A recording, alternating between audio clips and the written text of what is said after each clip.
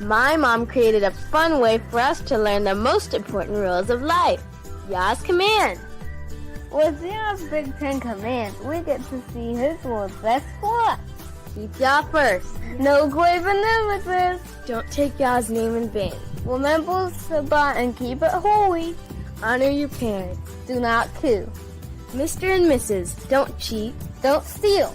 Don't tell lies. Don't covet. This changes everything. Get your set of Yah's Big Ten Commands at Big Ten Designs today.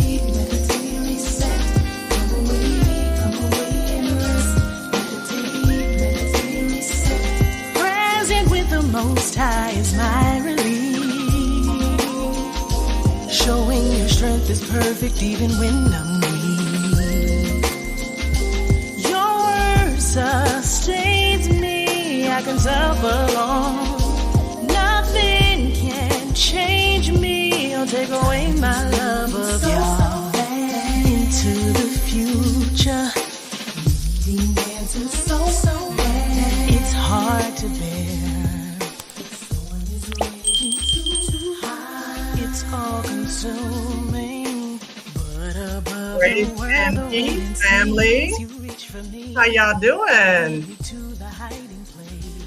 Well, it's not Shabbat yet. Darn it, it's not even Friday. I can't even say Shabbat Shalom early. I'll just say Shalom. Hope y'all are doing all right. I hope y'all week is going well. So glad to be back here with y'all again. We got a lot to talk about tonight, a whole lot. Listen, if you haven't hit that thumbs up, go ahead and get that thumbs up. Go ahead and get it up right now. Let's get as many people in the building as possible because we have a lot to talk about. Y'all know what today is, or tonight. Y'all know what a lot of folk are doing tonight, but we here.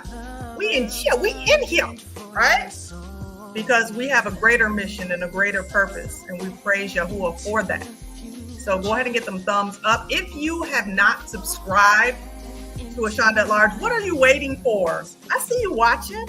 I mean, come on now. I see you. I'm looking at you right now. You just like you out in the corner. You like right by your door. You like, what's she talking about right now? Just go and subscribe and you can hear anytime you want. You can just get the notifications and all. Now listen, I love y'all. I appreciate y'all.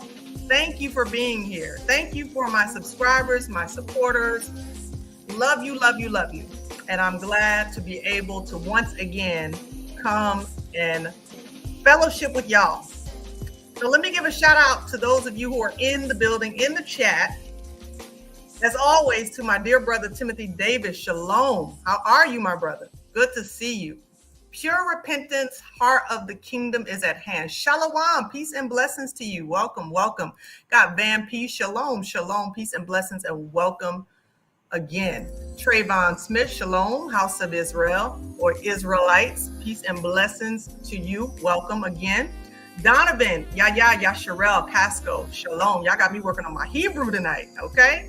That's what's up. Queen Adaya, shalom, sis. Mods, yes, and people of Yah. Shout out to my mods. I don't thank my mods enough. Thank you, mods. Thank you for everything that you do. Keeping the chat clean, keeping things blessed, because there's always some folk that want to start some mess up in here. So thank you so much for all that you do. What's good, my brother? Jay High Style in the building. Shalom, Ak. How are you? Good to see you as always. All right, who else we got in here? Debbie, loving Yah, Israel, peace and blessings to you.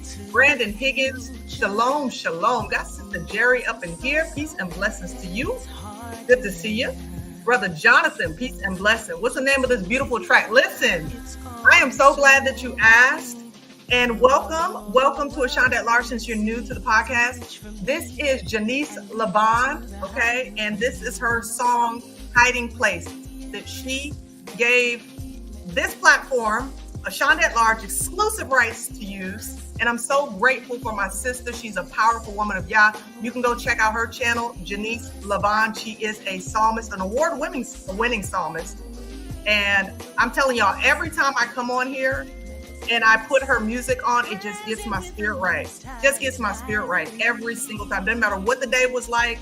I am just so grateful because this song is so anointed. So shout out to Sister Janice Lavan. All right, Sister Georgetta, peace and blessings to you. Good to see you. As always, my sis. Y'all, I'm going to move on. I'm going to give a couple more quick shout outs and move on because we got a lot to discuss tonight. Sister Sheila in the building. That's my sis right there, y'all. Peace and blessings to you. It's always good to have you in the building. S. Dowdy Shalom, peace and blessings to you. Janet Powell, peace and blessings to you. Born Ahuru, peace and blessings to you as well. BJ and Ivan and LaDonna and Desiree, peace and blessings to y'all. All right. Well, let me go ahead and get the discussion going tonight. I apologize, y'all. I was having a little technical difficulties there for a sec. But like I said, we got a lot to talk about tonight. This conversation is a very important one. It's a very, very important discussion that we have. Yes, I titled this The Sifting. This is something that Yahuwah put on my heart a couple of weeks ago. Okay. And whenever he puts a word on my heart, I don't just jump right at it and just, jump on live because I need to mull over it. I need to chew over it. What are you trying to say to me, Abba? And he was giving me some things that were very important to convey, but I needed greater clarity. And then it all kind of came together today. Of all days, it came together today. And I think it was right on time because of the subject matter. Okay. So as I said before, we all know that today is a day which most of the Western world, I don't know about the Eastern world, but most of the Western world celebrates as the day of Halloween. And so, I'm thankful that Yahuwah has people who are not into that satanic day, into the exploitation of that satanic day, because there's so much energy that is released on this day. There's so much energy for demonic entities, for the satanic realm to be able to maximize and power to afflict great pain upon the earth because of their wickedness on this day. Like, I don't know if y'all understand the significance of what this day means in the satanic world, but it means a lot. Witches, warlocks, they spend hours fasting and praying to the early morning hours, okay, in preparation for this day. And you know, the funny thing about Halloween is when I was growing up, you know, and you know, Halloween was just like that day. It was like, okay, everybody, you know, we knew the month of October, things were making preparation for it. People had their costumes. You know, if you were in the hood, you made a costume. You know, you didn't have a bucket, you had a shopping bag. You know what I'm saying? I mean, who remember that? You know, remember them Halloweens back in the day? You know, you just had a shopping bag, and you just, you know, went around the neighborhood and whatever they was going to give you, they was going to give you. But, you know, it was not back when I was growing up what it has become today. You weren't seeing Halloween get the exposure that it gets today, like, you know, back then. It just was one day that children were excited about, didn't know any better. And then people moved on to the rest of what they considered the quote unquote holidays, right? But today, it's a lot different. It's a lot different. I don't know. Maybe it's just me. Have y'all noticed that? Do me a favor. Put a 1 in the chat if you've noticed that Halloween has become so much more of a day that is not just celebrated on one day, but it's celebrated throughout the month of October and even before. If you haven't noticed the difference, put a 2 in the chat. But I want to take a poll real quick. Have you noticed that in recent years, Halloween has just become like, okay, so I'm not the only one. I mean, I've been seeing this like radical shift where Halloween, and people will say that this day is actually their favorite holiday. And I'm like, really? Like, that is crazy. You know, I mean, because I'm looking at the, you know, ghouls and goblins and the skeletons and Born Urura says it's crazy here in Texas. You see what I'm saying? It's so much. I just don't understand. I don't understand the draw to the darkness. I really don't. But, you know, that's what this day is. And when you think about it from a spiritual perspective, it makes sense with where we're at in the timeline, right? Yeah, Queen of Diet, they really pay homage to this day. Yeah. And they love the demons they love to dress as. Yeah, they love to dress as demons. They love to dress, and their children. They love to put their children in all of this stuff that's just, you see, we never, before we even were awake, we never celebrated Halloween with our children. Of course, our parents didn't know any better. And so I did celebrate Halloween when I was a child. I wasn't raised as a believer as a child. So I went out and I did all those things that every other neighborhood kid did. But once we became born again and we understood the difference between light and darkness, truth and evil and lies, we didn't allow our children at all. Our children don't know what a Halloween is. As a matter of fact, that was what we did when it came to evangelism. So on Halloween, we would actually, if somebody knocked on our door, we would hand out Bibles.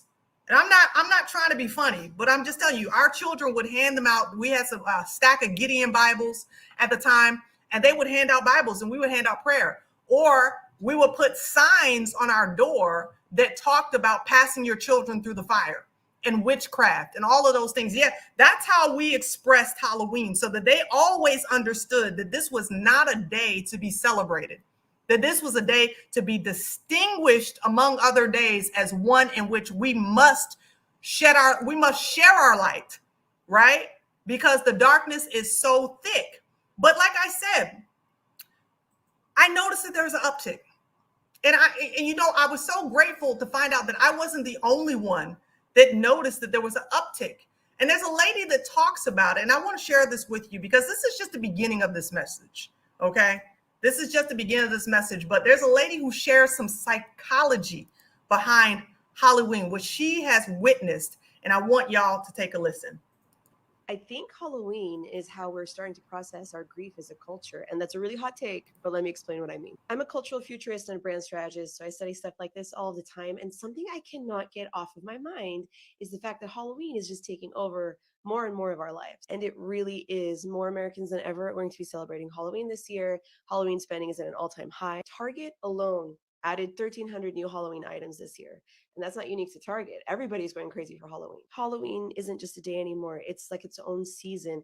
And in fact, it's more than a season because now we have Halloween and Summerween and Creepmas. We're at a point now where adults are spending more on themselves for Halloween than they do for their kids. All around the country, people are fighting with their homeowners associations so they can keep their 12-foot skeletons up all year long. And they get away with this, by the way, by decorating their skeletons for different holidays. So it's not totally inappropriate like this guy for Thanksgiving. But I've seen skeletons dressed up for like Mardi Gras and back to school season. And speaking of Home Depot, we already know that Halloween has completely transformed Home Depot's foot traffic. Halloween superfans used to be a small niche group of people, but now they're racing the general public to get hot items before they sell out at places like Pottery Barn, Joann's, Home Good, usually well in advance of Halloween, typically months in advance. So by all accounts, Halloween is blowing up. And it's easy to look at this and say, oh, that's just like really reckless American consumerism. That's the way Americans are.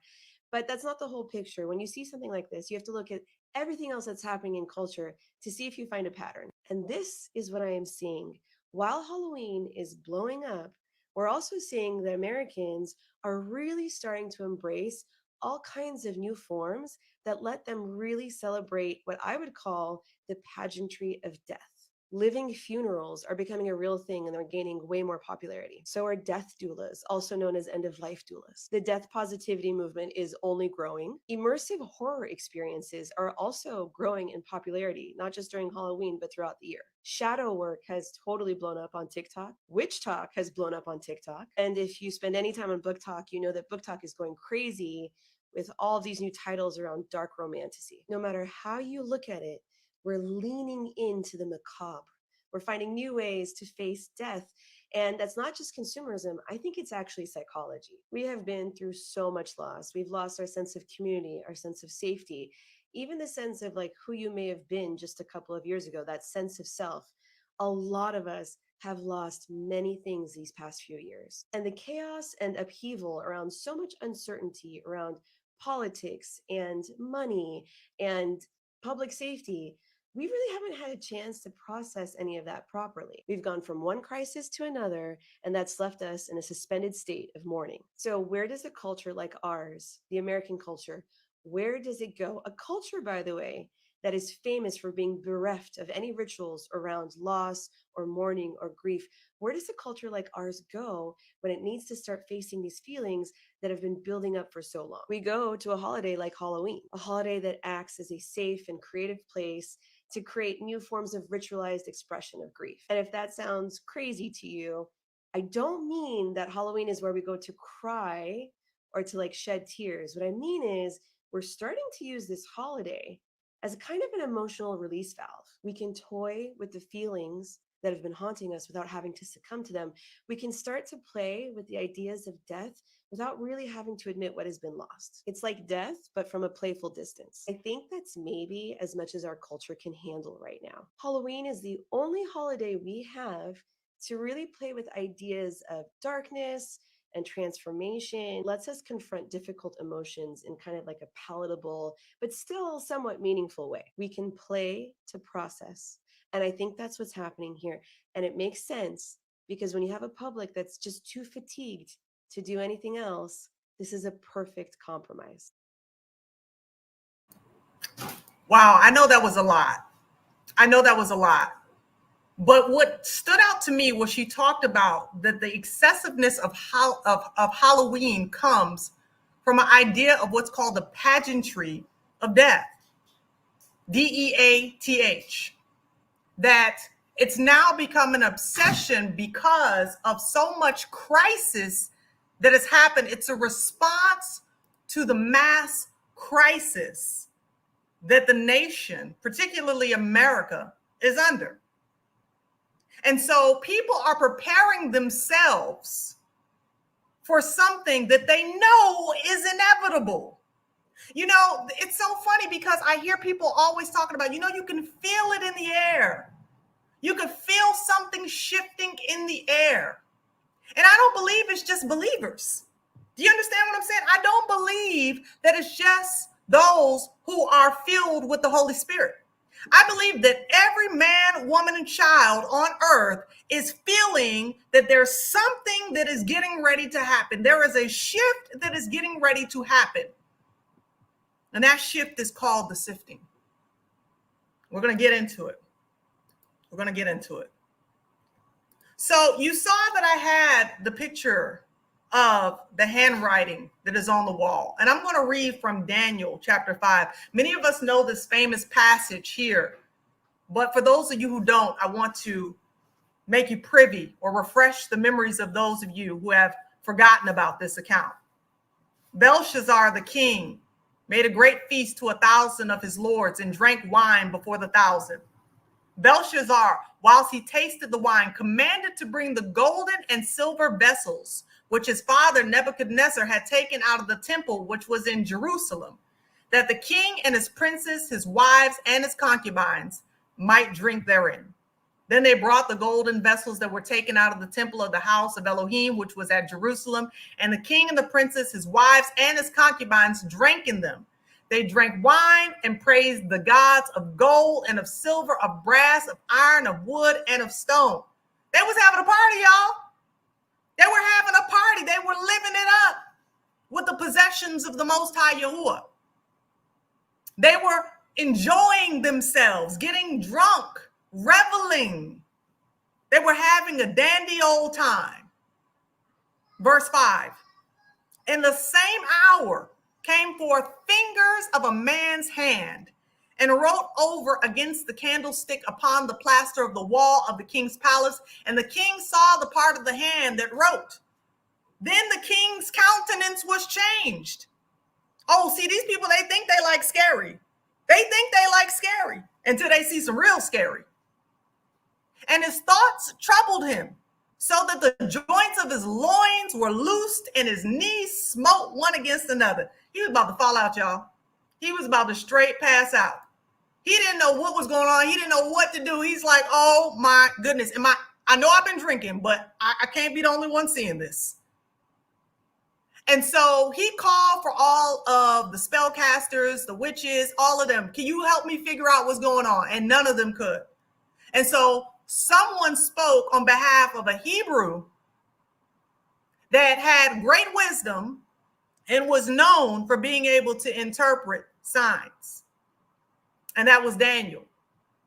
So verse 17 jumps in and says, then Daniel answered and said before the king, because before I say that, Belshazzar, he said that he was going to give Daniel all of these possessions. Oh, I'm going to throw gold on you. I'm going to give you all these things. If you could only tell me what that sign says on that wall that was written by that hand. And he says, let your gifts be to yourself and give your rewards to another. Yet I will read the writing unto the king and make known to him the interpretation. O thou king, the Most High Elohim gave Nebuchadnezzar thy father a kingdom and a majesty and glory and honor. Now, y'all remember Nebuchadnezzar was king of Babylon, okay? Which was at the time the king of the world. That was his father. Verse 19, and for the majesty that he gave him, all people, nations and languages trembled and feared before him, whom he would, he slew, and whom he would, he kept alive, and whom he would, he set up, and whom he would, he put down. But when his heart was lifted up, and his mind hardened in pride, he was dispossessed from his kingly throne, and they took his glory from him. And he was driven from the sons of men, and his heart was made like the beast, and his dwelling was with the wild asses. They fed him with grass like oxen, and his body was wet with the dew of heaven, till he knew that the Most High Elohim ruled in the kingdom of men, and that he appointed over it whomsoever he will. And you, his son, O Belshazzar, has not humbled your heart, though you knew all of this. Wow. He said, you knew everything that I'm telling you right now. You saw what happened to your dad. You saw why it happened to your dad. But you ain't humbled your heart. You have lifted up yourself against the Adonai of heaven.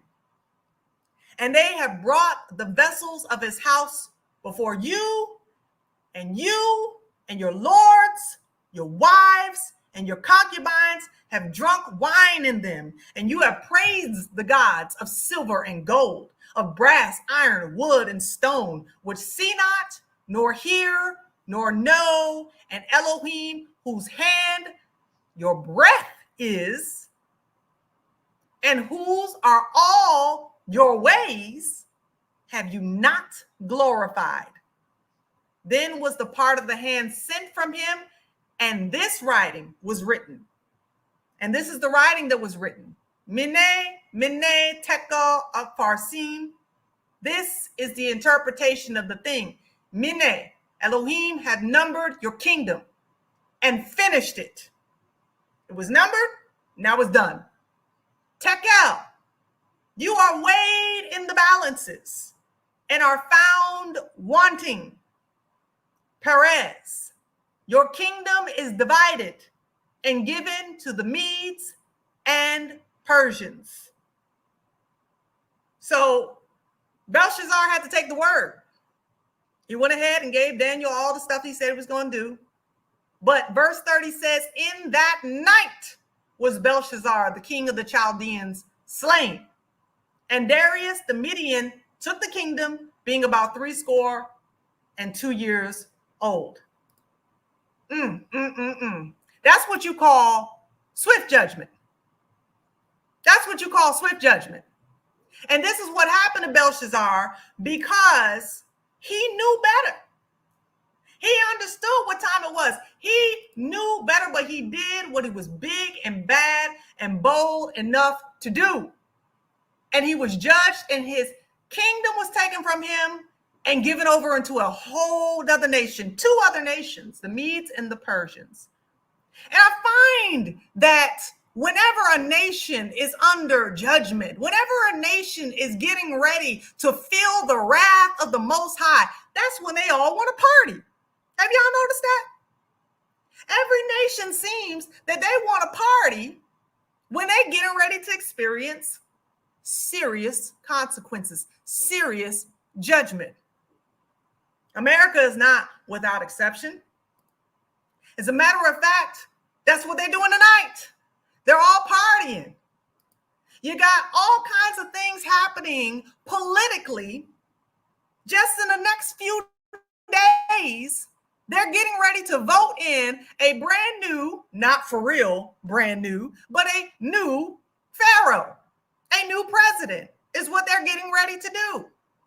And they're having one big party before the judgment. Oh, they partying hard, y'all. Everybody partying. People partying to the left and people partying to the right. Take a look. Meanwhile, Donald Trump doesn't have to spend anywhere near as much as Democrats when he's got folks on social media taking his words and setting them to music like this. This is the latest viral sensation. Joe Biden is asleep. Kamala is at a dance party with Beyonce. Beyonce. Beyonce. Beyonce. Beyonce. Beyonce. Dance party with Beyonce. Dance party with Beyonce. Dance party with Beyonce. Dance party with Beyonce. Beyonce. Beyonce. Beyonce. Beyonce. Party with Beyonce. Beyonce. Beyonce. Beyonce. Dance party with Beyonce. Dance party with Beyonce. Dance party with Beyonce. Dance party with Beyonce. Dance party with Beyonce. Dance party with Beyonce. Dance party with Beyonce. Beyonce. Beyonce. Now you can say what you want to say about Donald Trump, but one thing that man is entertaining. He is entertaining. He's hilarious. He is the biggest troll I have ever seen in the history of politicians, period. Period. If you agree with me, put a 1 in the chat. I mean, the American politics has become an absolute joke. They are the laughing stock of the entire world. This is how presidents are selected now. This is how. Everybody's partying. I mean, come on now, Angie, keep it real. That man funny. You know what I'm saying? He is hilarious. Listen, you are not going to out-troll Trump. Okay, you just not. That beat was hitting too. Y'all can be faking. Y'all fake that beat was hitting. That was funny as a mug. I ain't gonna lie. That was funny. Okay? It was funny. Y'all. Everybody having a dance party with Beyonce. Listen, I'm just keeping it 100. This is Are you not amused? Are you not? I mean, Belshazzar, he got a sign. He was partying. He was having a good old time. America seems to be in the same predicament. Y'all remember that? Y'all remember that? Now, see, listen, this was taken directly off of NASA's website. You see to your left, 2017 eclipse, and you see to your right, 2024 eclipse. And it's so interesting because right where X marks the spot underneath, it says Memphis. Now, y'all be thinking about Memphis, Tennessee, but how about Memphis, Egypt? You know what I mean? Because Memphis, Egypt, the house of bondage, was the first place that the Israelites were collectively enslaved. X marks the spot. Now, we're going to talk about that a little bit more later. We're going to get into that. For sure, we're going to get into that. Okay? But I need y'all to understand that what's happening is preparation. While everything is going down, while everything is happening the way it's happening, there's preparations being made for civil unrest. Let me know if y'all have heard about the drills that have been going on in DC. Have y'all heard about the drills that have been happening? Let me know if y'all heard about them. Because this stuff is going on right now. They're preparing for something to happen around these elections.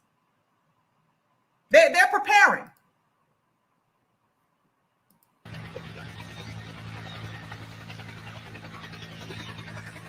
The dome shot. So I want to get a picture with the Capitol dome in the background. Let's see if I can get it.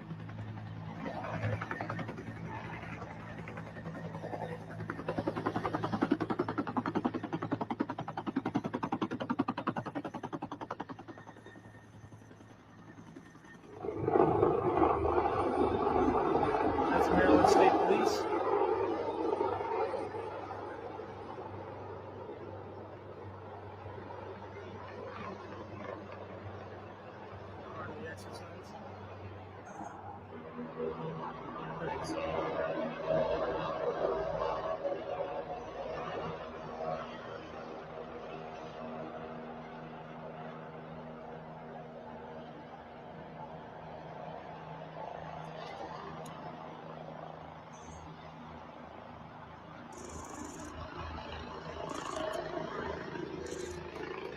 Gotta go this way.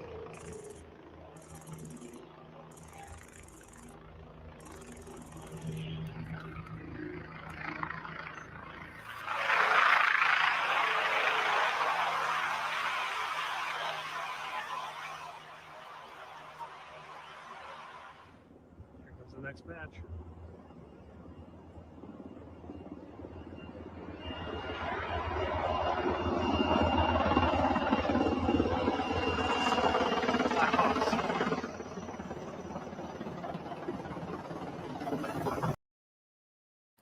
Now, this is happening in different states. This is happening in different states as they're preparing. And y'all have to understand that because of January 6th a couple years ago and what them folk did out there at the Capitol, they're thinking about that too. Take a listen to this congressman as he talks about how they feel about preparing post-election. Of the freedoms and equality of the American people, of the freedoms and equality of the American people. But the court is not going to save us. And so that means the only thing that really works is people in motion, amending the Constitution. But again, it's necessary, but it's not sufficient, because what can be put into the Constitution can slip away from you very quickly.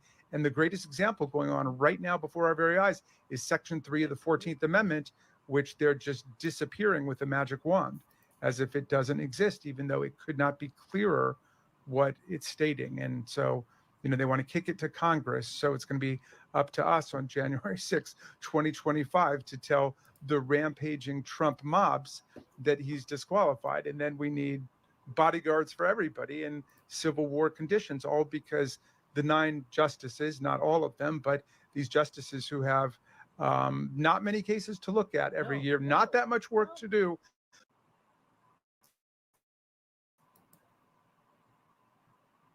Now, y'all see there that he said that we're going to have to prepare for civil unrest on January 6th.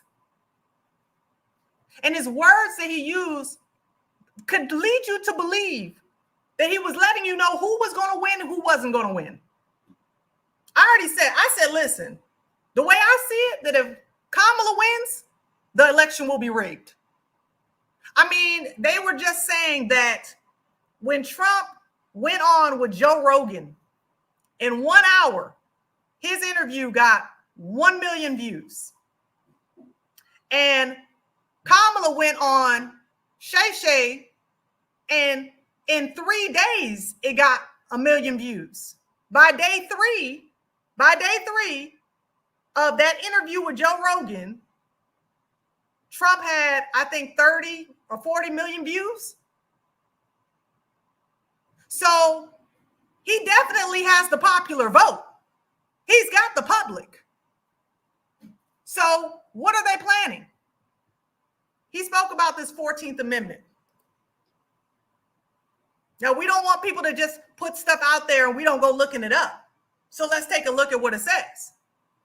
Cornell Law School says Section 3 of the 14th Amendment to the Constitution says, no person shall be a senator or representative in Congress or elector of president and vice president or hold any office, civil or military, under the United States or under any state who, having previously taken an oath as a member of Congress or as an officer of the U.S. or as a member of any state legislature or as an executive or judicial officer of any state to support the Constitution of the U.S. shall have engaged in insurrection or rebellion against the same or given aid or comfort to the enemies thereof. But Congress may, by a vote of 2/3 of each house, remove such disability.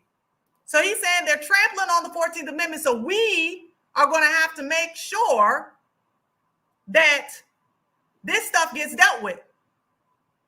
We're going to have to make sure that however we swing this election, however the pendulum swings, we're going to have to make sure that we handle it. But people are still partying, y'all. People are still on their party. They're enjoying their good time. And this is something that I see that happens with nations as they're getting ready to crumble. It happened right there in the book of Daniel. Belshazzar's partying right before he's getting ready to lose everything. Right before. Now take a look at this.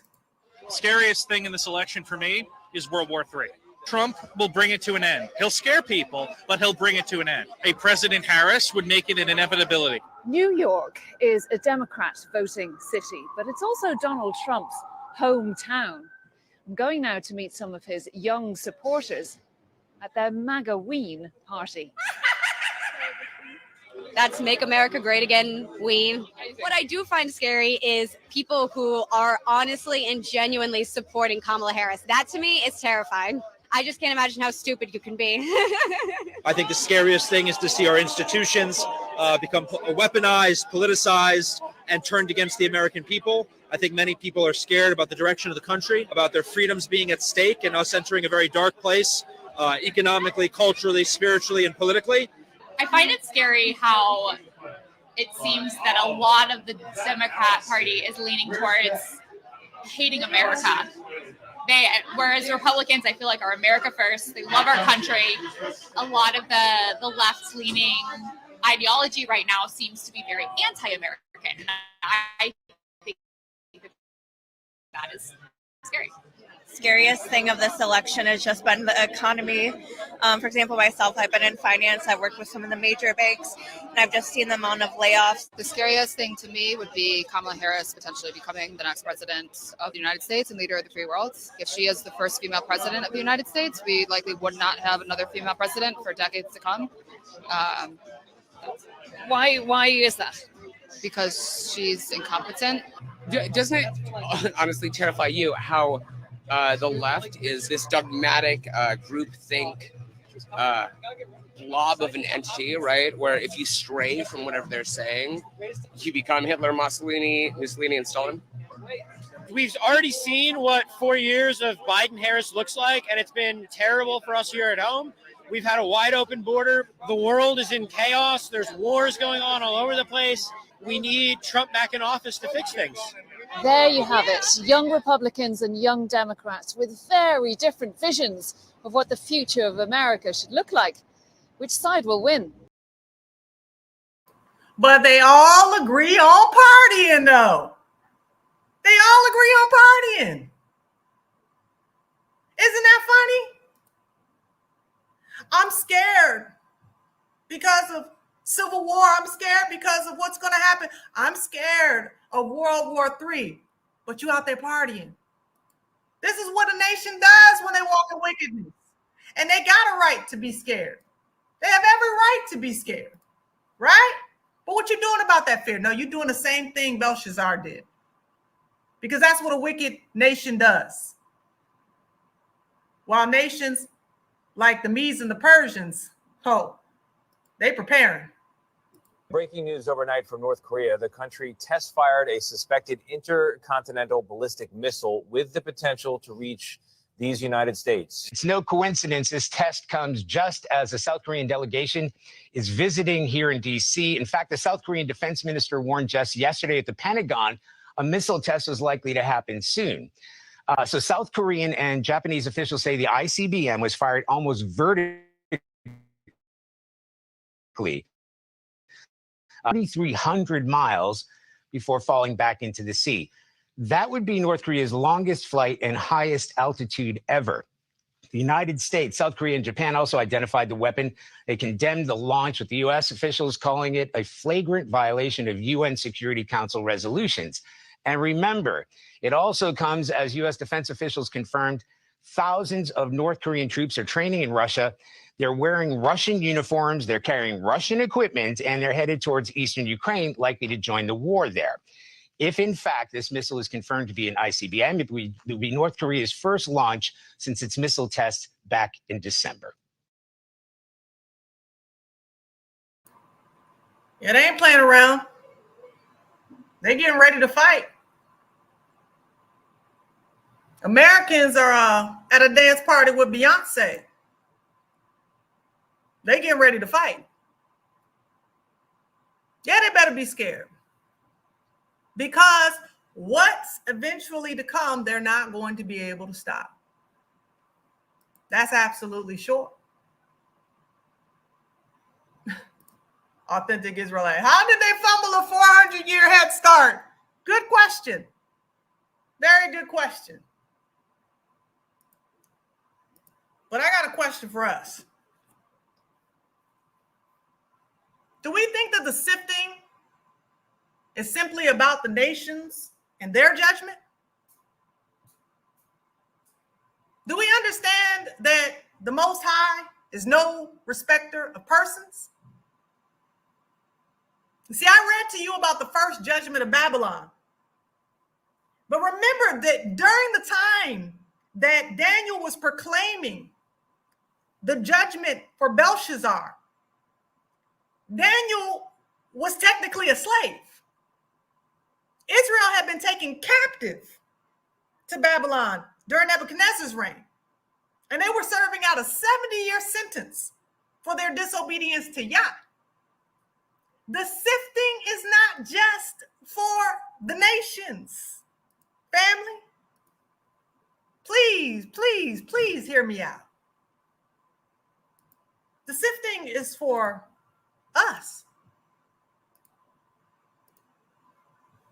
Let's take a look at what the word says. Amos chapter 9, verse 1. I saw Yahuwah standing upon the altar, and he said, smite the lintel of the door, that the post may shake, and cut them in the head, all of them, and I will slay the last of them with the sword. He that fleeth of them shall not flee away, and he that escapes of them shall not be delivered. Though they dig into hell, thence shall my hand take them. Though they climb up to heaven, thence will I bring them down. And though they hide themselves in the top of Carmel, I will search and take them out thence. And though they be hid from my sight in the bottom of the sea, thence I will command the serpent, and he shall bite them. Wow. Nowhere to run to, baby. Nowhere to hide. Who is he talking about? Let's find out.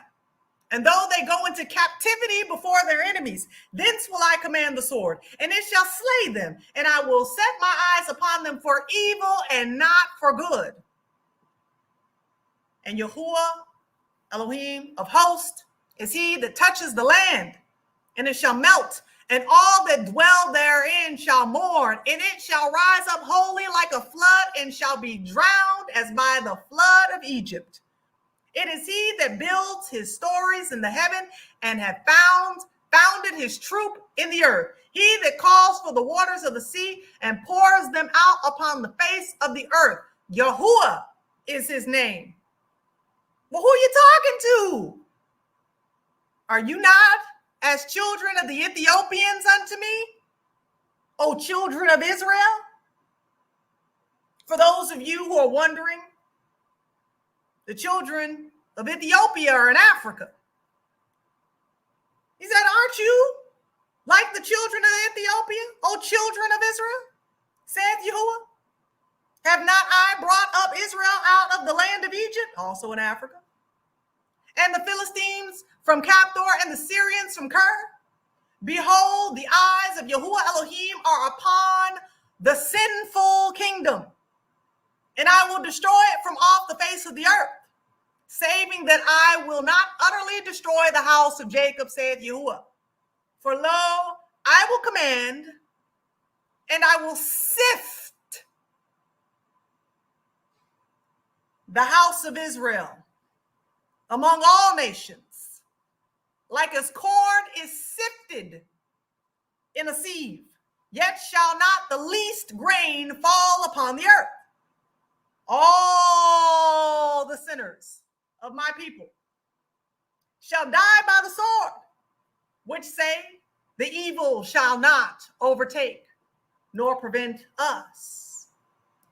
Wow. Wow. What an indictment. You see, because we can look at America, and we can look at the West, and we can look at the world, and we can look at the de-dollarization of the world, and we can look at the rising up of BRICS, and we can look at prophetic things to come. But do we understand that we are very much a part of prophetic things to come? Oh, you think this was talking about another time? I'm going to show you later it's not. If you were not here to hear my message on what is the second Exodus, part 1 and 2, I truly recommend that after you hear this, that you go listen to that, especially part 2. Because we seem to collectively be of the mindset of, yes, Yah, judge America. Judge America. See, this is what Yahuwah had placed on my heart. Judge America, judge the West, judge the world for what they've done to us. But I guarantee you that that judgment will be upon the entire world. Oh, we've already served out our sentence, have we? Have you seen your people lately?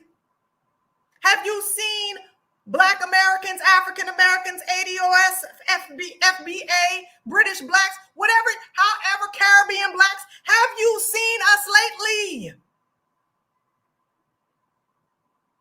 Have you? Have you looked around and seen our nation, our wayward children, our divorce rate? Have you seen our STD rate, our abortion rate? Have you looked around lately and seen us in terms of sexual morality? We hold some of the highest numbers in the LGBT community. We are just as ready as a people group as everyone else to hit the polls in a couple of days. Have you seen us? Have you seen us? You see, most people, they don't even want to hear a message like this. And the Most High knows that. Oh, if you talk about Babylon, if you talk about the fall of Babylon, you're going to get numbers that are coming into the chat all day long.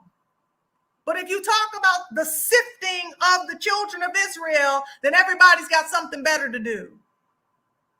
Everybody has somewhere better to be. I'm telling you that he has placed this upon my heart. The grief of it has been upon my heart for weeks. Has been upon my heart for weeks. The grief. There is a solution, and we're going to talk about that. But I need you to fully understand that he said he will sift the whole house of Israel.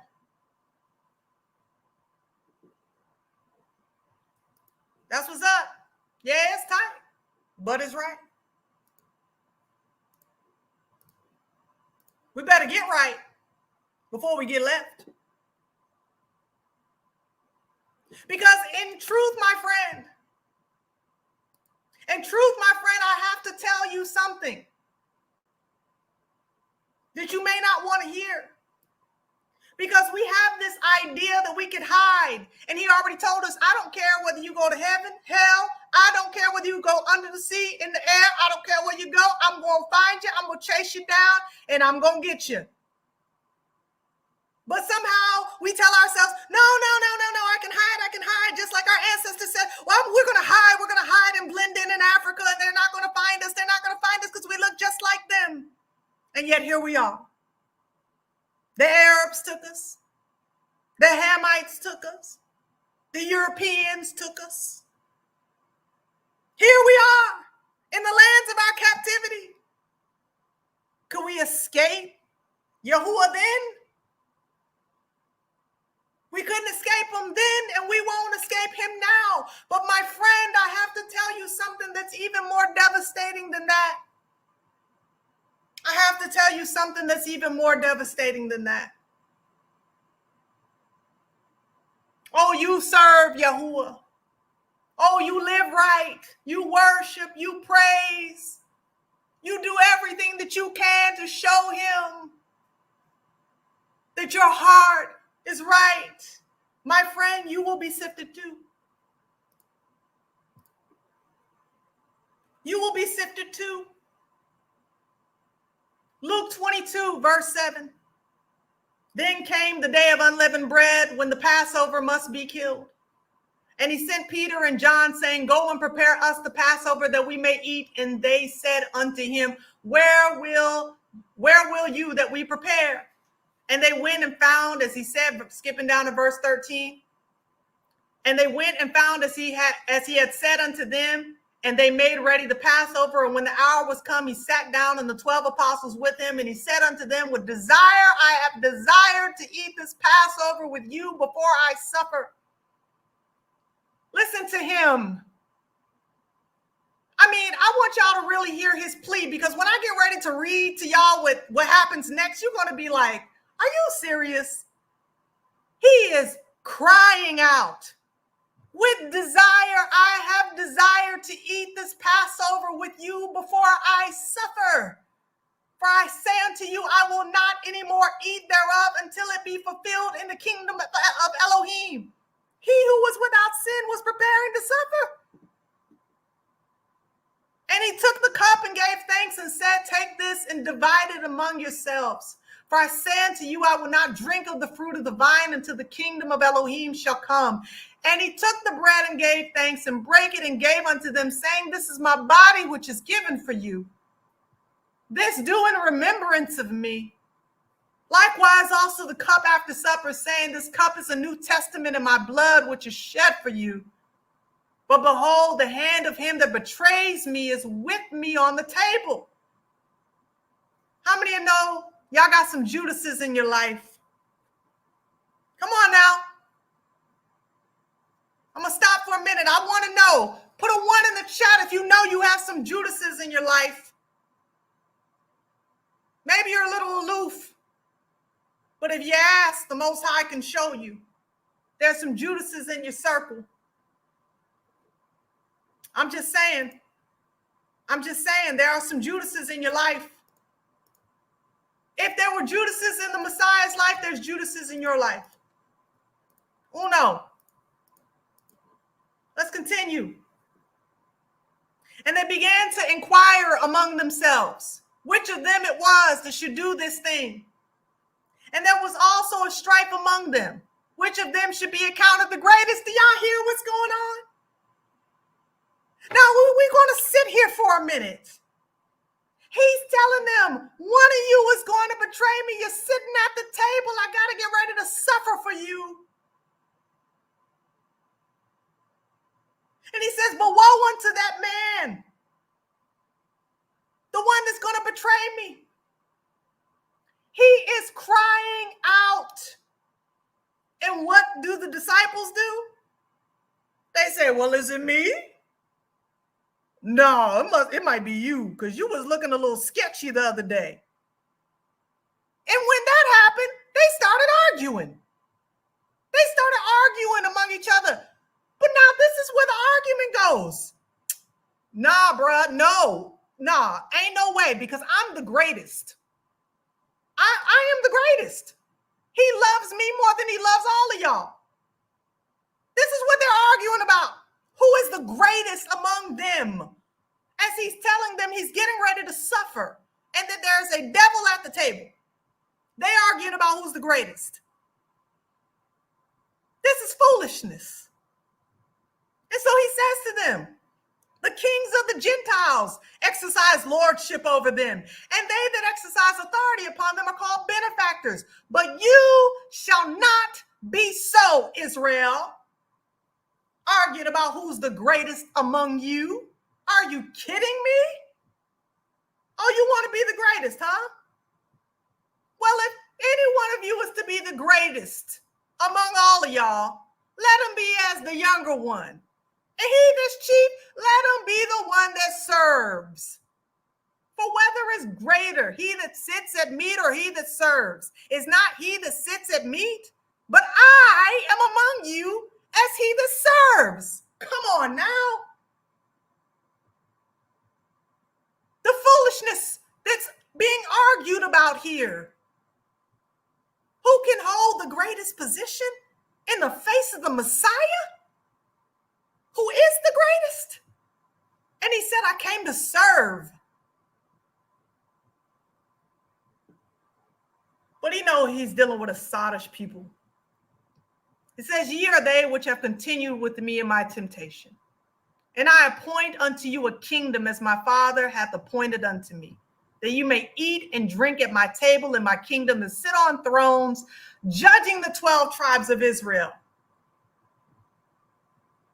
Now, right after he said that, he turned to one disciple in particular. He talked about the devil that was sitting at the table, but that's not the one he turned to. He turned to the one that loved him. He turned to the one that had his back. The one that was willing to let everyone know and boastfully that he was a ride or die. Simon. And Yahushua said, Simon, Simon, behold, Satan has desired to have you, that he may sift you as wheat. out there. How many Simon Peters do we have among Israel? Boastful about how they serve, boastful about how close they are to the Messiah, to the Most High. They keep the commands. They do everything.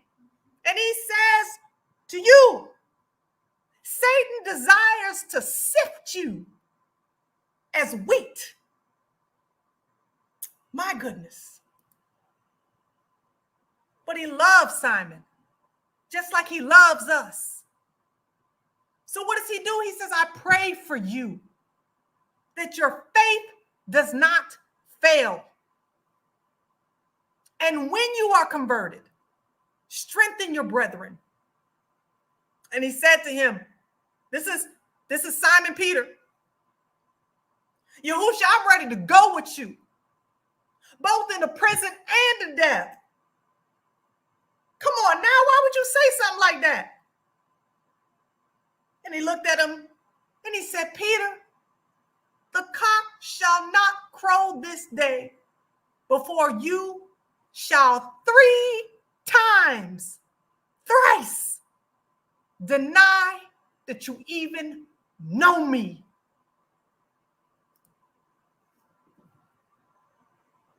Come on now.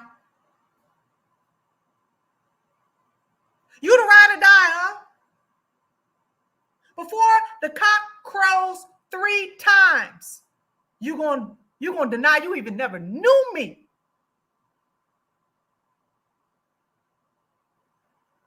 You see, years ago, I thought about that account between the Messiah and Peter. And I just had to be real honest with myself and honest with the Most High. And I said, I feel like a Peter. I really feel like a Peter. I feel like I can get up before almost anybody and I can proclaim that I know the Messiah. I can minister and witness his word. But if I'm to face some real adversity where my life was on the line, would I deny him? Would I stand for him? And I got real with him. And I said, I don't know if I can do it. I don't know if I passed the test. And so from that time, I asked him, I said, Father, will you give me the strength to not go out like a punk? Will you give me the strength to, no matter what challenge I face, if it requires disobeying you, if it requires denying you, that I would stand even if it meant my life? You see, I don't know if you remember where you were during the pandemic, but I remember where I was during the pandemic. I remember that I was at the hospital dying. Y'all didn't know that. And I remember that I did not want anything to do with the solution. I didn't want to do with nothing about the solution. I didn't even want the nose swab. I had been standing by faith that I didn't have to be involved. But here I am at the hospital. And they're telling me that if I am to receive a life-giving surgery, that was a requirement. And I prayed and asked Yah to strengthen me, that I would not fail, that my faith would not fail. And so I told them, with a little bit of breath that I had, the little bit of strength that I had, I said, well, I guess I'm going to go home. And I got up to gather myself together and I went into the restroom with what little strength I had left. And I came back out and there was a woman that was looking at me kind of funny. And I didn't know who she was, but I didn't really care at that point because I had already prayed, and my resolve was whether I live or die, I will serve the Most High. But this woman, she looked at me and she said, "Do I know you?" And I said, "I don't know." And she asked me if I had a cousin named Wesley. And I said, "Yes, I do." And she said, "We went to school together, man." I said, "Really?" She said, "Yeah." I had no idea that lady who I went to school with was the very doctor that I was supposed to see before I landed in the hospital. And that doctor and I, having the history that we had a conversation about my convictions. And she said, "Don't even worry about it. We'll just pretend like you got it." So we just put on more clothes. We'll pretend like you have COVID so we can get you your surgery. How many of y'all know about a ram in the bush moment? You see, because the Most High meets you where you are in faith. And that was my test. And he is the only reason I passed that test that I passed. It is not because of myself. It is because of him.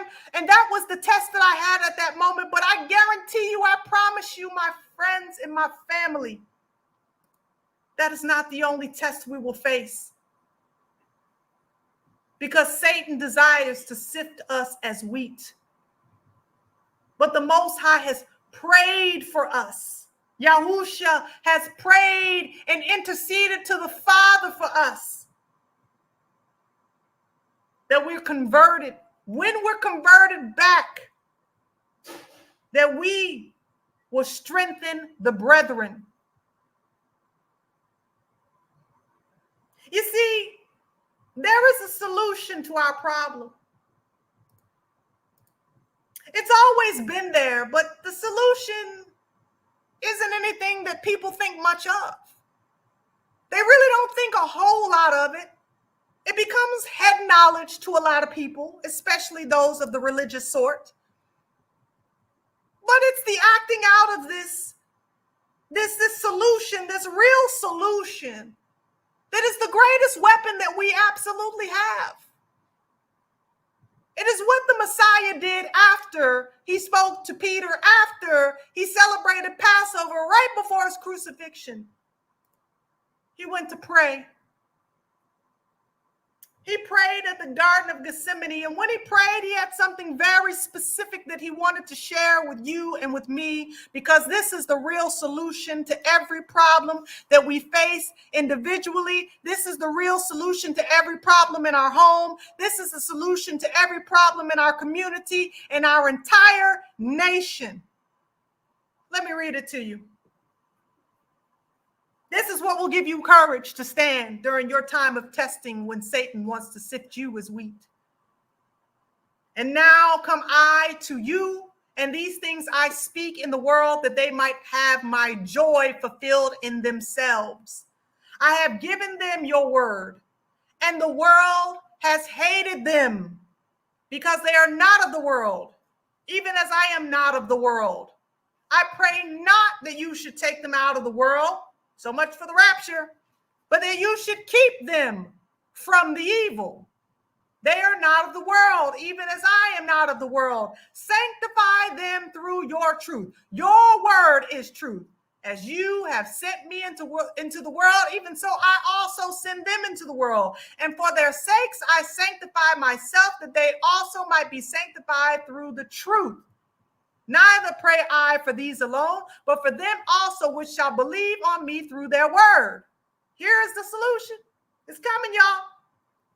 That they all may be one, as you, Father, are in me, and I in you, that they also may be one in us, that the world may believe that you have sent me. You see, the world don't believe that the Father sent the Son because his people ain't one.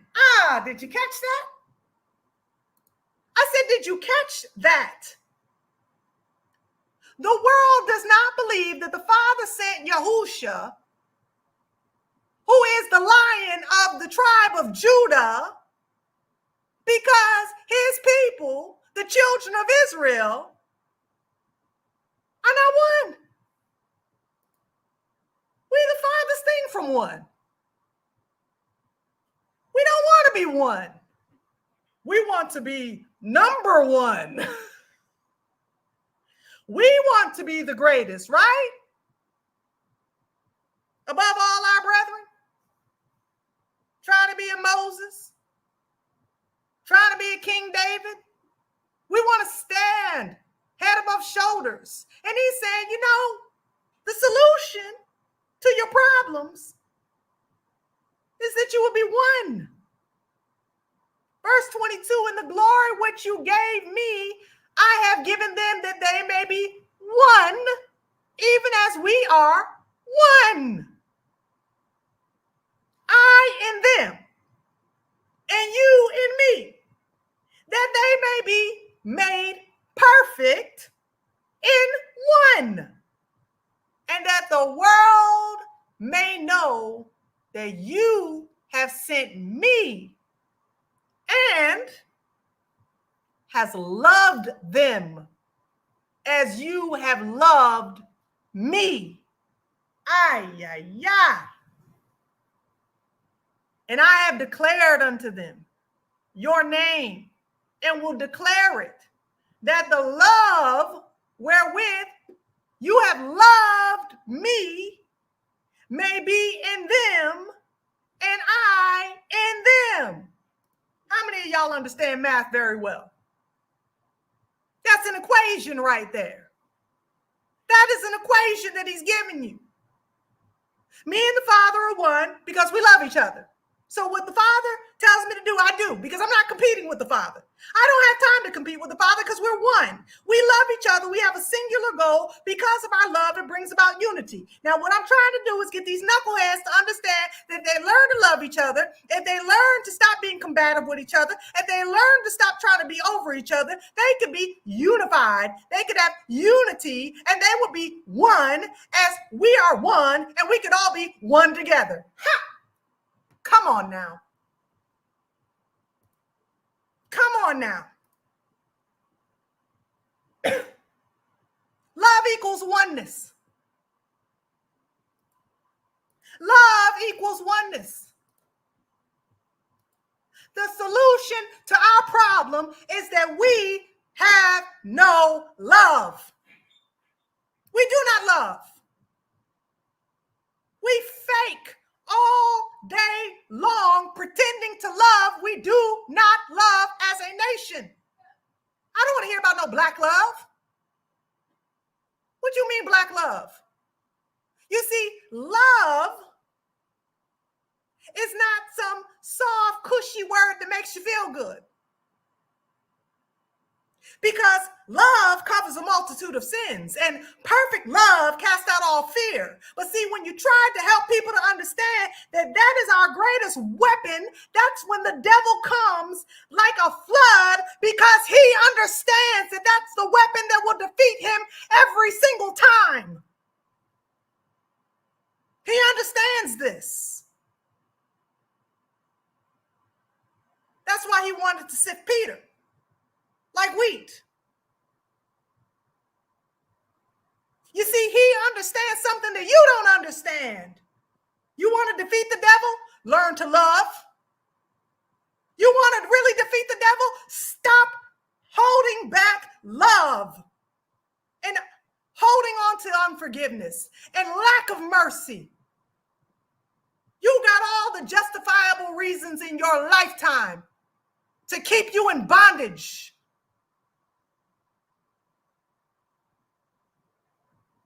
But the keys to your freedom are learning to love. I'm telling you, this ain't a message that everybody wants to hear. Oh, they love it when I talk about Babylon.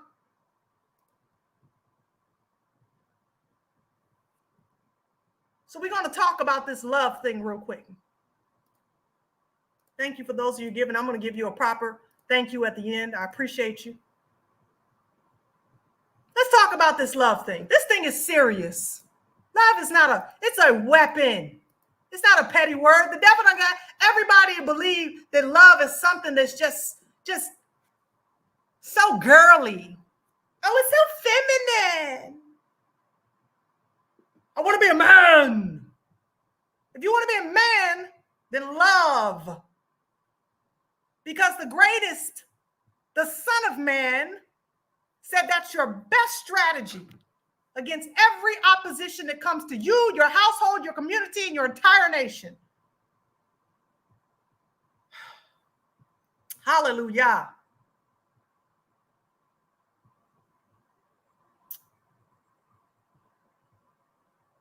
Let's take a look at the conversation that took place between Peter and the Messiah. We're going to break some words down. John 21, verse 15. This is when Yahusha is resurrected from the dead. Because remember, Peter, he felt terrible. And he went back to be a fisherman. And the disciples just went back to their regular life until they heard that the Messiah was risen. And so now they're all getting back together. They're hanging out on the beach. They're getting ready to have a fish fry. And the Messiah, Yahusha, is having a conversation with Simon Peter again. Now this is afterwards. He already knows that he was right. He betrayed him 3 times. But he remembered that he said, I pray for you. And when you are converted. So this is their conversation. It goes like this. So when they had dined, Yahusha said unto Simon Peter, Simon, son of Jonah, love thou me more than these? He saith unto him, Yea, Adonai, you know that I love you. He saith unto him, feed my lambs. He said to him again the second time, Simon, son of Jonas, love thou me? He saith unto him, Yeah, Adonai, you know I love you. He saith unto him, feed my sheep. He saith unto him the third time, Simon, son of Jonah, love thou me? Peter was grieved because he said unto him the third time, love thou me? And he saith unto him, Adonai, you know all things. You know that I love you. Yahusha said unto him, feed my sheep. Now you look at that and you go, okay, so he said love 3 times. But no, that's not exactly what took place. Let's look at the wording here. So he says to Peter, lovest thou me? What's that word say there? Strong's G25 in the Greek. Strong's G25, agapao. Agapao. Agapao, which we get agape from. What does it mean? Love, beloved, of persons, to welcome, to entertain, to be fond of, to love dearly of things, to be well pleased, to be contented at or with a thing. You know, they say that agape is the highest form of love. It's a pure love, a love without partiality. So how does Peter respond? He said, yeah, you know that I love thee. Oh, all of a sudden now things change. Let's see what this love is. Strong's G5368 in the Greek. Strong's G5368. Phileo. Phileo. So the conversation was like, Simon, do you agape me? Peter was like, you know I phileo you. What's phileo? It's where we get the city of brotherly love, Philadelphia. Friendly love, to approve of, like, treat affectionately or kindly, to welcome, to befriend, to show signs of love. You're my buddy. We cool. You know me, you friends, right? So he asked him again, same thing. Do you agape me? And Peter said, you know, I phileo you. So at least he's being honest this time. And the response from the Messiah on the third time, Peter, do you phileo me? You know I phileo you. You know I phileo you. I phileo you. I don't love you with the kind of love that's unconditional. I've already proved that when I denied you 3 times. No sense in lying to myself. I phileo you. You see, the Most High knows your limitations, Israel. But if we remember that it was Peter who at the end of his service was no longer arguing about who was the greatest. Fox's Book of Martyr records that Peter, at that point, he was so humble that he didn't even want to die the same way the Messiah died because he was also being crucified. But he asked that he would be crucified upside down because he didn't feel worthy to be crucified the same way the Messiah was. He finally got honest about real love. You see, Israel, love is the most powerful weapon that we have because love mobilizes us to work together as one unit, like a well-oiled machine, not dry bones. Love is light, and light is coming to the world, but men love darkness rather than light because their deeds are evil. Abba's love shines through his chosen and reveals the hearts and intents of men. This is why we can't fool y'all. You see, he sees you and me through the lens of his perfect love, his perfect light, and every part of you that is dark, whether that darkness be lust, unforgiveness, hatred, envy, murder, covetousness, thievery, he sees all of it. So Israel to this day fails to rise as a nation because we have not learned yet that our greatest weapon against all enemies, both spiritually and physically, foreign and domestic, is love. Loving one another. Taking a long look in the mirror and examining our motives, examining our inner life and its outer expression. But too many of us have pride, and pride makes us blind. It puffs us up spiritually, mentally, emotionally, and physically, making us unstable. So, we oftentimes hear, what's the strategy? What's the game plan? What we supposed to do? Well, I want to tell you all something. All of our efforts, out of everything that we do collectively, none of them will matter. And none of them will profit anything if we fail to love. It doesn't matter how gifted we are separately. We are a nation. And a nation divided against itself cannot stand. Period. We know this. But for those of you who need it in the word, Mark chapter 3. And he entered again into the synagogue, and there was a man there which had a withered hand. And they watched him, whether he would heal him on the Sabbath day, that they might accuse him.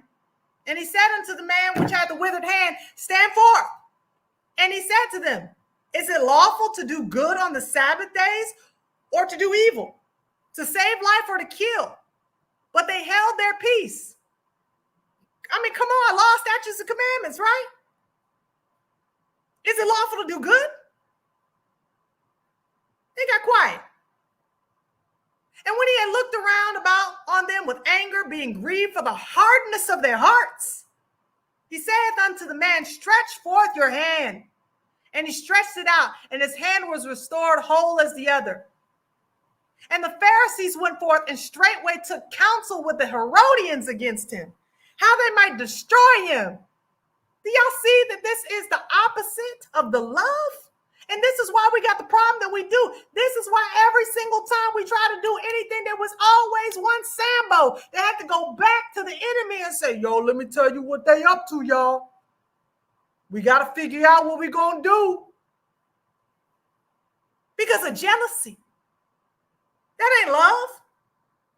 But Yahushua withdrew himself with his disciples to the sea, and a great multitude from Galilee followed him, and from Judea, and from Jerusalem, and from Idumea, and from beyond Jordan, and they about Tyre and Sidon, a great multitude, when they had heard what great things he did, they came unto him, because he was about love. And he spake to his disciples that a small ship should wait on him because of the multitude, lest they should throng him. For he had healed many, insomuch that they pressed upon him for to touch him, as many as had plagues. And unclean spirits, when they saw him, fell down before him and cried, saying, you are the Son of Elohim. Do you understand that when you're operating at the capacity of love that he was operating at, that them demons, he didn't even have to cast them out. They was jumping out. Do they jump out when you were around? And he straightly charged them that they should not make him known.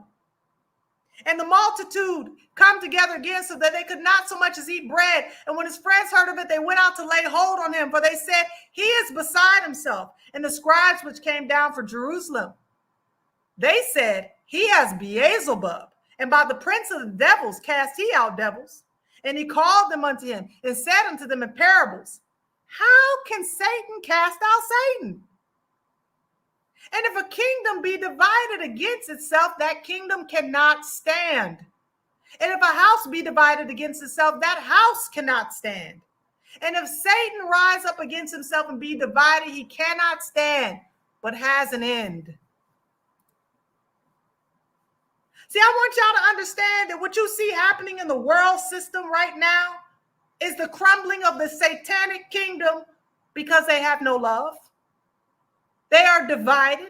They are no longer unified. And because they're no longer unified, their kingdom is falling. But how about Israel? Are we rising? Are we standing? Or are we a divided nation? That nation that no matter what we do, we can't stand. Why?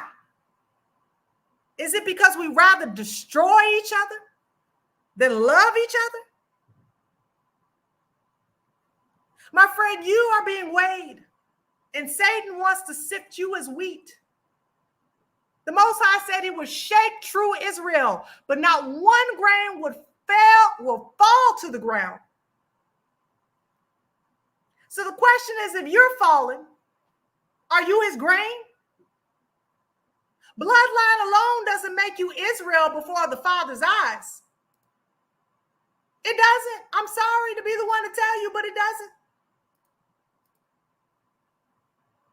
Oh, you need Bible for that. You got it every single time. Same chapter. And the multitudes came together so they could not so much as eat bread. I read that down there. Now look at this. There came then his brethren and his mother, and standing without sin unto him, calling. He was doing good work. He was casting out demons. So his mom and his brother, they are the bloodline, Israel. They called him. And the multitude sat about him, and they said unto him, behold, your mom and your brother, they out there calling you. They're seeking you. And he answered them, saying, who is my mother or my brother? And he looked round about on them which sat about him and said, Behold, my mother and my brother. For whosoever shall do the will of Elohim, the same is my brother and my sister and my mother. Everybody ain't your family. Everybody ain't your kin. We say it all the time. All kinfolk, all skinfolk ain't kinfolk. And it's true. But we of the household of Israel, we who know who we are, what's our problem? What is our problem, family? For real, what's our problem? I mean, I really want you to ask yourself. It's not rhetorical. What's your problem? What is your problem? Because you got a problem. It's a heart problem. We all have to wrestle with this heart problem. So Yahuwah deals with us as sons and daughters. I told y'all, he's sifting. We're back in Amos 9. Because, see, some of you think this already happened. No, I told you. It's coming. It didn't already happen. It's coming. I'll read again. For lo, I will command and I will sift the house of Israel among all nations. Like as corn is sifted in the seed, yet shall not the least grain fall upon the earth. All the sinners of my people shall die by the sword, which said the evil shall not overtake nor prevent us. Verse 14. And I will bring again the captivity of my people Israel, and they shall build the waste cities and inhabit them, and they shall plant vineyards and drink the wine thereof. They shall also make gardens and eat the fruit of them. And I will plant them upon their land, and they shall no more be pulled up out of their land, which I have given them, saith Yahuwah, your Elohim. My goodness. My goodness. Hallelujah. That's things to come. That's things to come. You see, those of you who are here are supposed to be here because y'all need to understand the Most High's revelation for you. I showed you this earlier. He's going to punish the nations. This is in America. This happened in 2024. X marks the spot. Let's find out what that means. Tav. We talked about it before. Tav. The X in Paleo Hebrew, Tav, is the last letter of the Hebrew alphabet. Aleph is the first, Tav is the last. This is how it's changed over the years, from the left corner all the way to the right. Now, Tav has multiple meanings. Multiple. Usually meaning finished, end, done. But did y'all notice this right here, this value, this numerical value that it has? The numerical value of 400. My. The Most High don't play. So you mean to tell me back in April 2024, the Most High put an X over America with a numerical value of 400? Cross, sticks, mark, sign, cross, covenant. Where have we seen 400 before, family? Where have we seen it before? Well, let's go back into Genesis. I'm trying to tell you, we're at a time that it's time to get your heart right. It's time to get your heart right, my friend, because the hour is short, my friend. The hour is shorter and shorter every day because X marked the spot already hit. This is Genesis. Abram is speaking to the Most High about his future. And the Most High said, I'm going to tell you about your future. So he put him in a deep sleep after he did some sacrifices. And so he said unto him, Abram, know of a surety that your seed shall be a stranger in a land that is not theirs, and they shall serve them, and they shall afflict them for 400 years. And also that nation whom they shall serve will I judge. 400 years. Judge. And afterwards shall they come out with great substance. I tell you, something's happening in the earth, and everybody knows something's happening. They don't know what's happening. They don't know what's happening. Why is it happening? What's going on? They out partying. They don't know what to do. They're lost like a duck or a goose in a windstorm. They have no idea what to do. But you should know what to do. You should know what to do because you're called to know what to do. But it's a little bit more complicated than that. It's just a little bit more complicated than that. X marks the spot, judgment. Oh no, not exactly. I told you that the Tav has multiple meanings. So let's see what it meant in Ezekiel. All right.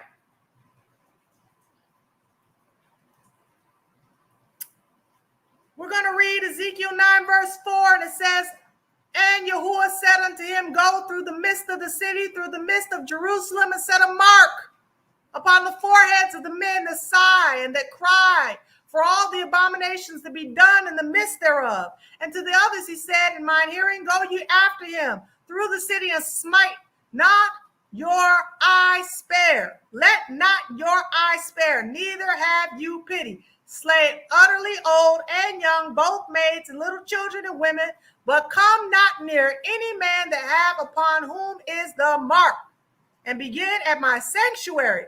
Then they began at the ancient men which were before the house. So let's go back into the original language. The mark. Strong's 8420 in the Hebrew. Let's see what it says. Strong's H 8420. Tav. Tav. Wow. What does it mean? Desire, mark. Mark as a sign of exemption from judgment. Exemption. The Most High said, mark their foreheads to be exempt from the judgment that's coming upon the land. He's judging. Are you marked for safety? Or are you marked for sifting? I'm just asking. Are you marked for safety or are you marked for sifting? Which one? Because we all got to give an account for our lives. Have you learned how to love? Have you obeyed the two greatest commands, to love Yahuwah with all your heart, mind, soul, and strength, and your neighbor as yourself? Do you understand that this is what it's all about? This is literally what it's about. You see, the old men were weeping because they loved Yah. And they were grieved because they love Yah. Are you grieved with the wickedness among Israel as a nation? Are you grieved with the wickedness of those who are in the awakening? Are you grieved? Are you marked for safety? Or are you marked for the sifting? That's what we all must go before the Father and ask. And I pray for you, and I pray for me, and I pray for my family and yours too. That the Tav that be upon us be for safety from judgment.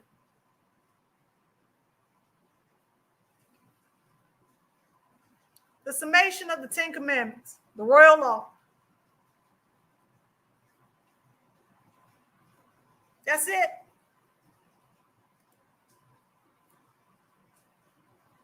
Family, the greatest work that we could do is the work that's done on the inside first. Because Yahuwah has been gracious to us to help us to understand what's to come. But do you think that he gave us the understanding of what's to come so we can be proud and boastful? What did Daniel tell Belshazzar? You knew what happened to your father. And because you knew what happened to your father and you still chose to go your own way, your judgment is immediate. Are you preparing your heart to be sifted? Because he said not one grain of true Israel would fall. So if you fall, he's telling you that you ain't his. What I mean is if you fall, if you fail, hands, if you so hardened in your heart that you can't love him and you can't love your neighbor as yourself, then Satan has desired to sift you as wheat.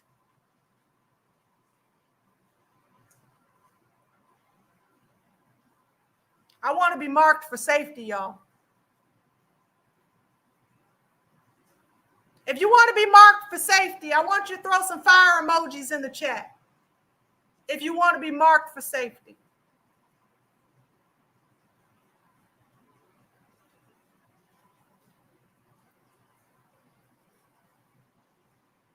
It's high time that we take a serious look in the mirror. A seriously long look in the mirror. As we're praying for the downfall of Babylon, may we pray that we are counted worthy to escape the wrath that comes. Hallelujah. I believe that many in here tonight really and sincerely understand. Really and sincerely understand. It's just that serious. Because even unto your neighbor, you can be a light. I have stories. Stories of how the Most High has used me in situations just like yours. And the solution was love. To the point of repentance.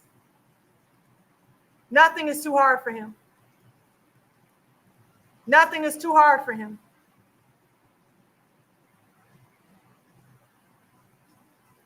Got my fire emojis up too. Love anyway. Some people will hear this message and think that I'm telling you to be a doormat. I'm not telling you to be a doormat. I would never tell you to be a doormat. I'm telling you that love is your greatest weapon against your real enemy.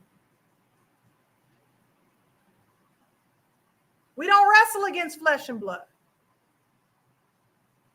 We wrestle against principalities, powers, and rulers of darkness in this present age.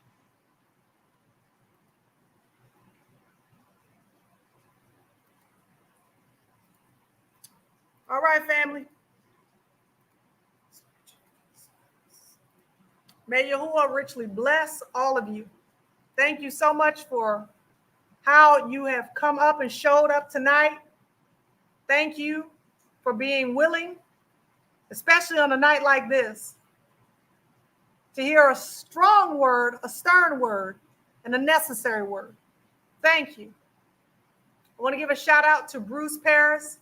Brother Bruce, thank you so much. Thank you so much. Support, blessing, Sister Shonda. Stay strong, stay prayed up. Hallelujah. Thank you, brother. Sister Cynthia in the building. Thank you, my dear sis. I appreciate you always being there, always looking out. Thank you. Brother Jesse, I'm so glad that this message is a blessing to you. Thank you very much for your gift. Sister Jerry in the building, thank you so much for your gift. I appreciate you. Thank you very much for your support and continued support of this platform. Brother Brandon, thank you so much for your gift. I'm so glad that this message was fired. Praise Yahuwah. Born Yahuru, praise Yah. There's none better than him. Appreciate this chat. Hallelujah. None better than him. None better than him. Better is one day in his courts. Better is one day in his house. Better is one day in his courts and thousands elsewhere. That's right. Hallelujah. Brother Herbert says, all praises. What a beautiful message from you, dear Sister Ashanda. Keep sharing. Praise Yah. Praise Yah. Thank you, Brother Herbert. Thank you very much for your gift. I appreciate you. Thank you. Most High Yah's daughter, Most High's daughter, thank you very much for becoming a new member. I will actually be putting up new content coming up. For those of you who have been holding me down as members. I appreciate y'all so much. Been through a lot this past summer, and I appreciate y'all holding me down anyway. Thank you so much. I'm looking forward to putting out new content in November. Thank you very much for your membership. I want to give a shout out to those who have given on CashApp. I want to give a shout out to Sister Emma. Thank you very much for your gift. I appreciate you. Thank you for showing up. I appreciate you, sis. Sister Melanie, thank you as well for your gift. Yes, this is a powerful message on sifting. Thank you very much for your gift. Sister Zenobia, thank you as well for your Cash App gift. I appreciate you as well. Thank you. Thank you so much. I got a couple of more super stickers. I want to give a shout out to those of you before I get ready to close out. Sister Georgetta Pinnock, thank you so much for your super sticker. Thank you. I appreciate you greatly, my sis. Thank you. It's Sister Keisha Yah, peace and blessings, and thank you very much for your gift as well. I'm greatly humbled by all of the support tonight. Thank y'all. I appreciate y'all. I try the best that I can do to listen to what the Most High is telling me to do and to bring it to y'all in the timing that he asked me to do it. So thank you for those of you who have listened, who have shared. Thank you for those of you who even want to give and just don't have it. Thank you. I appreciate you. You can just give me a thumb up and share the video. That would mean a whole lot. So thank you very much. Well, family, I'm getting ready to close out. And I just ask for y'all to continue to keep us in prayer, that we will continue to learn to love each other. Thank you again for all that you do. And family, until Yahuwah brings us together again, as I say all the time, and I see one other person gave. I want to acknowledge you as well. Brother Jonathan, thank you so much for your gift. Thank you very much. Yah's blessing be upon you as well. As I say all the time, family, we got to love ourselves without hating our enemies. All right? We have to. We got to walk in that love. And until next time, Yah bless and salamah.